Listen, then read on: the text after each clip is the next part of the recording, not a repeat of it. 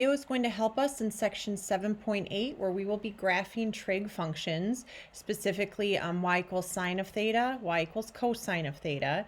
There is a notes helper that hopefully you had in your folder, or you could print out with some graph paper on it that would help you today. All right, the first problem on this notes helper, we have a nice little chart, and please note that it starts with y equals the cosine of x. I think it would be a good idea to either have your unit circle worksheet out with you, or just sketch a little something out. We're going to really be focusing at what happens on the x and y axis. So at 0 radians, pi over 2 radians, pi radians, 3 pi over 2, and 2 pi. All right, so to graph the cosine graph, we're going to kind of see what happens from negative 2 pi to positive 2 pi. Notice the x-axis is labeled from negative 2 pi to positive 2 pi. And then what I am going to do here is on my graph, the scale is up by 1, 2, 3, and 4. I'm going to change the scale and have it go up by halves. So that's a 1, that's a 2, -1, -2. I'm not sure what printed out on your sheet, so just double check and have yours match. Okay, so this graph is saying if x is 0, that's saying y equals cosine of 0. So what's going on at 0 degrees with the cosine? The cosine is 1. All right, let's go around the circle. Here we have pi over 2. Up at pi over 2, what's going on with the cosine? It's at 0. All right, let's keep going around. Y equals cosine of pi. Well, over here at pi, the cosine is -1. Keep going. Y equals the cosine of 3 pi over 2. That's down here. The cosine is the x value. So at 3 pi over 2, the cosine is 0. And then all the way around at 2 pi, the cosine is 1. So let's go ahead and graph this first or the second half of the chart. I have an ordered pair x comma y at 0 comma 1. And then at pi over here, I have one at -1. 2 pi, I'm back up at +1 again. And then let's think about it. Between 0 and pi, halfway between is pi over 2. So if it was 4 spots to get to pi, it'll be 2 spots to get to pi over 2, which we were at 0. And then at 3 pi over 2, that's halfway between pi and 2 pi again, we'll be at 0. So it looks like a V, but what has actually happened is we've made a nice little curve. So please follow that accordingly. And then cosine graphs are periodic. That means they're going to keep repeating themselves over and over. So I'm betting you could guess what happens over here in quadrants 2 and 3 of this graph, but let's use our unit circle to just be sure. -2 pi, that would be going the opposite way around. At -2 pi, the cosine is at 1. At -3 pi over 2, so we're going 3/4 of the way around the negative direction. So that would be up facing straight forward. Cosine is at 0. Negative pi going backwards would land us at -1, and negative pi over 2, which would land just 1/4 of the way around, the cosine is at 0. So at -2 pi, the y value is up at 1.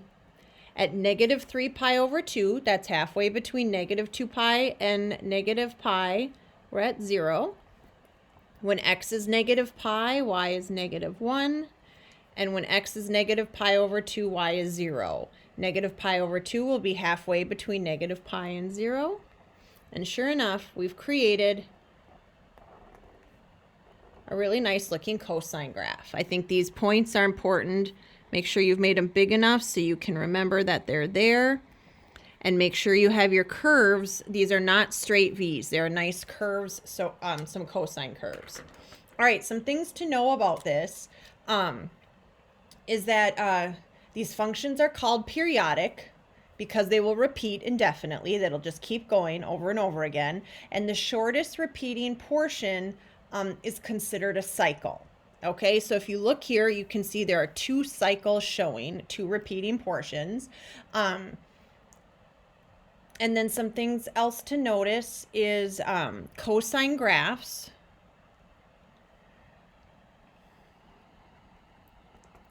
This is worth writing down. Cosine graphs will always cross the y-axis at 1. So this point right here is super important. It's considered where you start. That y-axis is considered our starting point. So if you think about it, that cosine graph starts on the y-axis, and then it's going to have a full cycle right there, because then a new one will start again. So you can see that we have 2 cycles shown on the graph. Even though this is considered the start, and going this way, it's like this is still there in front of it. A couple of other new words to know is that the length of a cycle is considered its period. So in this case, the period of y equals cosine of x is 2 pi. Because if it started at 0 and it took until it got to 2 pi before it'll start repeating again, the period is 2 pi.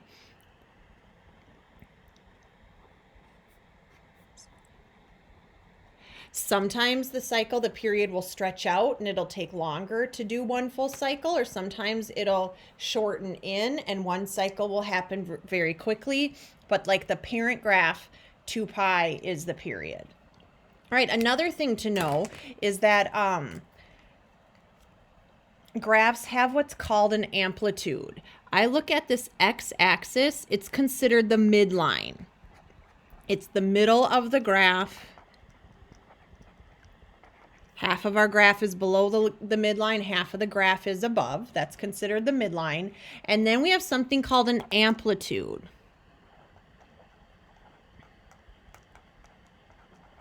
I think of the amplitude as halfway to the roof and then halfway to the bottom of the basement. So it's like ceiling to basement, ceiling to floor. So in this particular example, in the parent graph of a cosine function, where the period was 2 pi, because it took 2 pi for a cycle, the amplitude here is 1, because it goes from 0 up to 1, or 0 down to -1. So our amplitude here is 1. All right. And I think that's all I'll say about a cosine graph for now. Now we can draw in the roof there because we drew in the floor. But that midline one is the one to really think about. I think of the amplitude as giving a ceiling and a floor onto our building, and the midline is in the middle, like the entrance or something. All right, pause this if you need to take some more time to make this look a little bit better, a little bit full. Oh, there is one more thing I want to tell you. There is something you're going to have to know called a frequency. I may have already mentioned it. But a frequency in this case equals 1. And what that means is it's answering the question, how many cycles are there in 2 pi?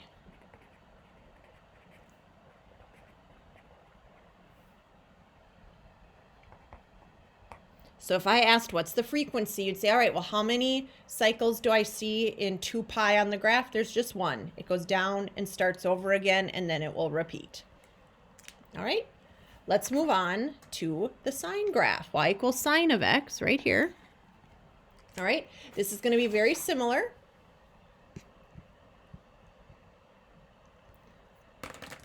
All right, so let's go through. Let's highlight when x is 0, when x is pi, 2 pi, negative pi, and negative 2 pi. Okay, so now that we're looking at the sine of our different graphs, of our unit circle, we're going to be looking at the y value.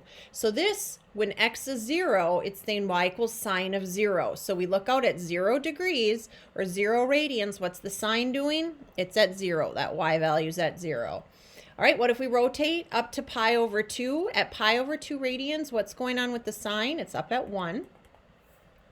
Keep going around the circle as x is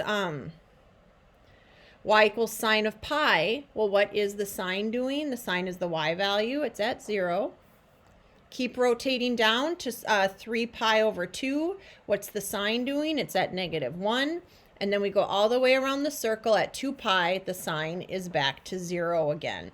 If you want to go ahead, let's go ahead and plot this second half of the graph. I'm at negative 2 pi, 0 pi, 2 pi. Again, the scale, I'm going to go up by halves. So it's going to go, the range is going to go from negative 2 to positive 2. All right, so I have an ordered pair 0, 0. And then at pi, I'm back to 0 again. And then I have an ordered pair at 2 pi at 0 again. And now let's cut in half. Pi over 2 is halfway between 0 and pi. We're up at 1. And 3 pi over 2 is halfway between pi and 2 pi. We're down at negative 1. So again, it's not going to make a choppy V. It makes a really nice curve. All right, and then you can see that the cycle will start over again and keep repeating. So I bet you can guess what's going to happen here, but let's figure it out for sure in my chart. If I start at 0 and I go backwards to negative pi over 2, I'm going down 90 degrees or down pi over 2. The sine value is at negative 1. All right, and then I keep going to negative pi. The sine value is at 0. Keep going, I'm 3/4 of the way around to negative 3 pi over 2. That's going to be up at positive 1, because remember, we're going in this negative direction. And then all the way around to negative 2 pi, the sine will be at 0 again. So let's go ahead and plot these points. X comma y, 2 pi comma 0. At negative pi, we're at 0. And at 0, we're at 0 again. So now, this negative 3 pi over 2, that's going to be halfway between negative 2 pi and pi, which is here, and we're up at 1. And then negative pi over 2, that's halfway between 0 and negative pi. That's down at negative 1. And sure enough, we get another cycle of our sine curve, looking like that. All right, so what are some of the things we've talked about with cosine that we should talk about with sine? Sine will always cross the y-axis at 0. So I think of sine as like a roller coaster. Like if you were ever just going to sketch the parent, it would look like that. It's like a roller coaster. You go up, a big down, and then come back up again. All right? Where cosine looks more like a U, where you start at the top of the roller coaster, top of the mountain, go down and back up again. So that's the parent of a cosine. The roller coaster is the parent of the sine. All right, so with that being said, it's going to start here. And then think about our frequencies and the periods. It looks like there's 2 cycles graphed here. Oftentimes we'll ask you to graph 2 cycles. So again, for the parent function y equals sine of x, the period is 2 pi, because that's how far it is. That's the distance to make one full rotation. So here in that other cycle, it also shows that the period is 2 pi, because that's the distance from negative 2 pi to 0 to get one full rotation in. The amplitude goes from the midline, which in this case is the x-axis again. Tomorrow the midline will shift, but for today we're at the x-axis. And then the amplitude goes up to the roof and down to the bottom of the basement. So you have an amplitude here. The amplitude equals 1 on both above the midline and below the midline.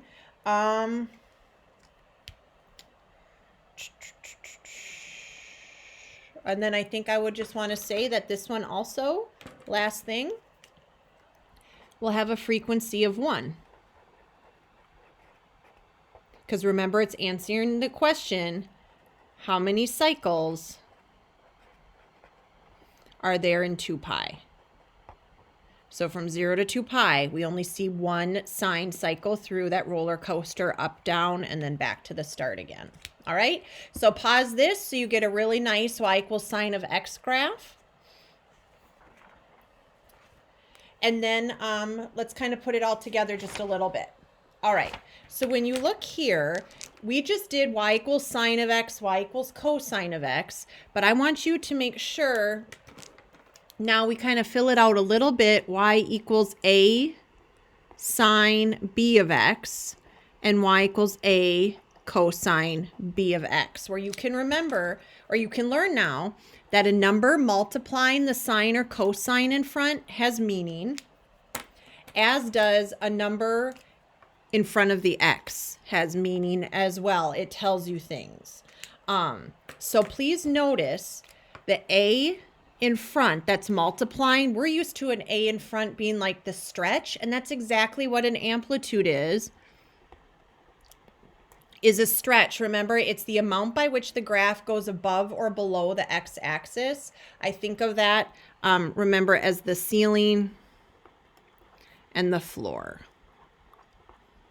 So if the amplitude gets really big, the graph is going to stretch tall. So amplitude A, think of it as stretch. It's multiplying in front. You're totally used to that. It will be the absolute value of A, because even the amplitude below the midline will be considered positive.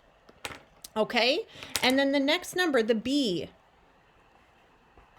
that's in front of the x, after the sine in front of the x, after the cosine in front of the x, that's the frequency. And remember how we talked about the frequency is the number of cycles that occur in 2 pi. So since here there was nothing in front of the x, we assume it was a 1. That's how we knew the frequency was a 1, and that's how we knew we would see 1 cycle between 0 and 2 pi. All right, and that will also be considered an absolute value. It'll be positive there. All right, and then this formula that you should definitely write down, it will help you a lot, is to calculate the period. Remember, we talked about the period is the length for 1 cycle. So far the period has always just been 2 pi. What you do is you do 2 pi over b. You'll always want to know that formula.